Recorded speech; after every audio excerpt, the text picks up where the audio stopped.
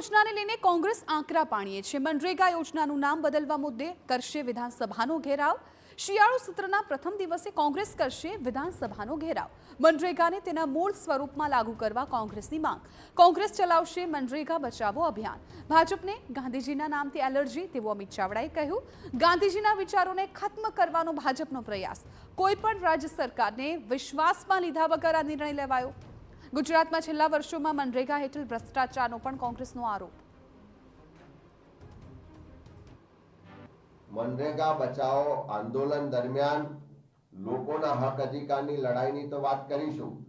लोकोने एनो अधिकार तो पाछो अपावीशुं, पण साथे साथे गुजरातमां जे मनरेगाना भ्रष्टाचारीओ छे एवा तमाम भ्रष्टाचारीओ खुल्ला पड़े, एनी सामे कड़कमां कड़क कार्यवाही थाय, तमाम भ्रष्टाचारीओ जेल भेगा थाय ए पण आ अभियानना मार्फतथी अमे उजागर करीशुं।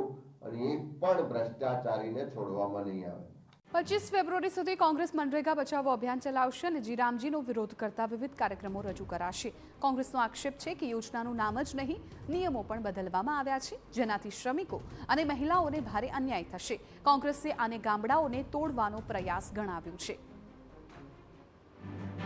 એટલે સંપૂર્ણપણે આ કાયદાનું નામ બદલીને લોકોને ભરમાવીને ગામડાઓને નષ્ટ કરવાનું, ગામડાઓને ધ્વસ્ત કરવાનું ને ગ્રામ સ્વરાજનું જે મહાત્મા ગાંધીજીનું સપનું હતું એમાં મહાત્મા ગાંધીજીનું નામ હટાવીને એમનું નામ પણ નાનું કરવાનું જે કામ આ કેન્દ્રની સરકારે કર્યું છે એને વખોડીએ છીએ।